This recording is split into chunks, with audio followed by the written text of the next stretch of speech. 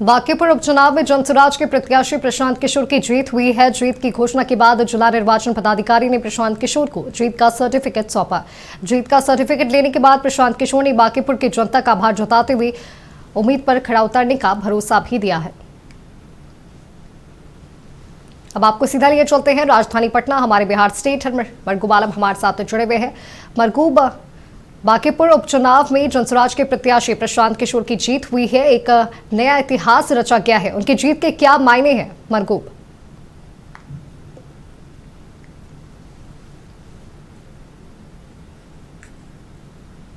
जीत के तो मायने कई हैं, लेकिन जीत के मुख्य मायने हैं कि बिहार की राजनीति करवट ले रही है। जी,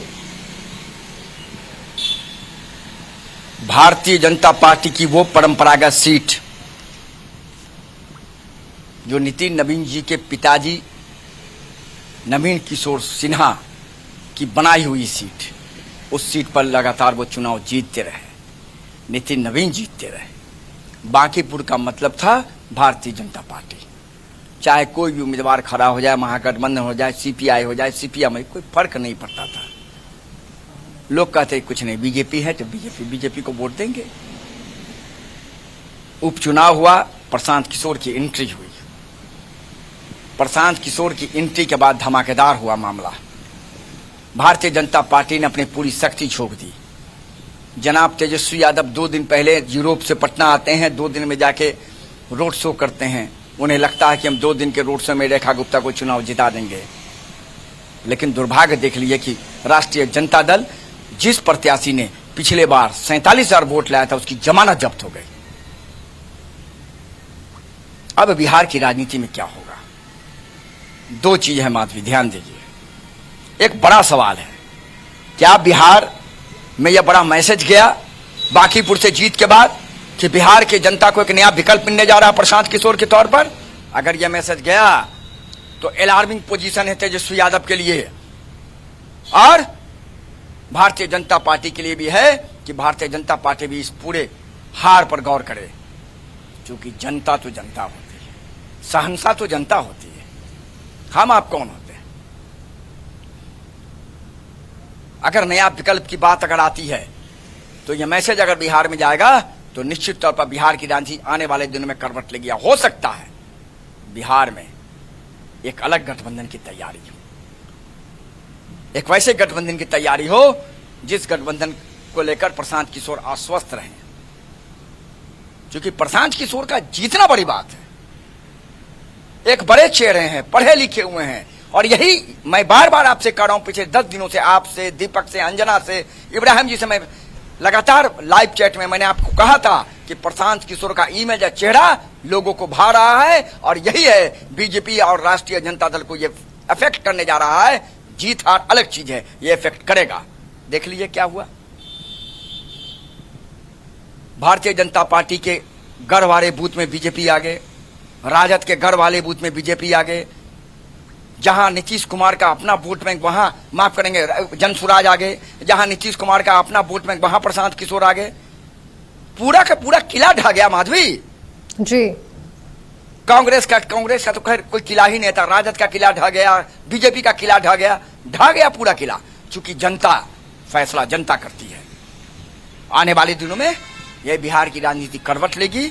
आने वाले दिनों में हो सकता है एक नए समीकरण बिहार में उभरेगा। हो सकता है, अभी मैं कह रहा हूं हो सकता है, बहुत जल्द कह रहा, बहुत जल्दीबाजी होगी कहना, लेकिन यह संकेत हो सकता है कि एक नया तीसरा मोर्चा बनेगा। अगर बनेगा तो बिहार की राजनीति में फिर एक नए विकल्प के साथ तीसरा मोर्चा आ सकता है। क्योंकि प्रशांत किशोर का जितना एक बड़ा फेस गया बिहार में मैसेज, और यह मैसेज यही गया कि कुछ नहीं, जनता मालिक है, जनता फैसला करती है। जब भाजपा के राष्ट्रीय अध्यक्ष नितिन नवीन की सीट को बीजेपी की सीट को जब बांकीपुर की जनता छीन सकती है, तो ये अलार्मिंग पोजीशन 247 सभी विधानसभा क्षेत्रों के लिए है। आप महान हैं तो महान हैं। जनता को अगर लग गया कि नहीं, हमें आपको वोट नहीं देना है, तो आप मंत्रियों की फौज उतार लीजिए, आप विधायकों की फौज उतार लीजिए, सांसदों की फौज उतार लीजिए, जनता आपको वोट नहीं देगी। और अगर जनता को लग गया कि आपको वोट देना है, तो आप घर में बैठे रहेंगे, चुनाव जीत जाएंगे। जनता का यही फैसला है। बांकीपुर का रिजल्ट यही मैसेज गया है पूरे बिहार में। और आने वाले दिनों में बिहार की राजनीति करवट लेगी। मैंने कल भी आपसे कहा था, इंतजार थोड़ा कर लीजिए, 6 महीना, 8 महीना, 9 महीना, हो सकता है इसका असर बिहार विधानसभा या लोकसभा चुनाव से पहले आपको दिखाई दे। एक नया स्वरूप में बिहार, एक नया हो सकता है गठबंधन, प्रशांत किशोर के नेतृत्व में अलग गठबंधन बनेगा, तो ये बिहार की लड़ाई त्रिकोणीय हो जाएगी। और मैंने कल भी कहा था कि ये जीत, बीजेपी की यह हार सबसे ज्यादा अगर खतरा है तो तेजस्वी यादव के लिए रेड अलर्ट अलार्मिंग पोजीशन है।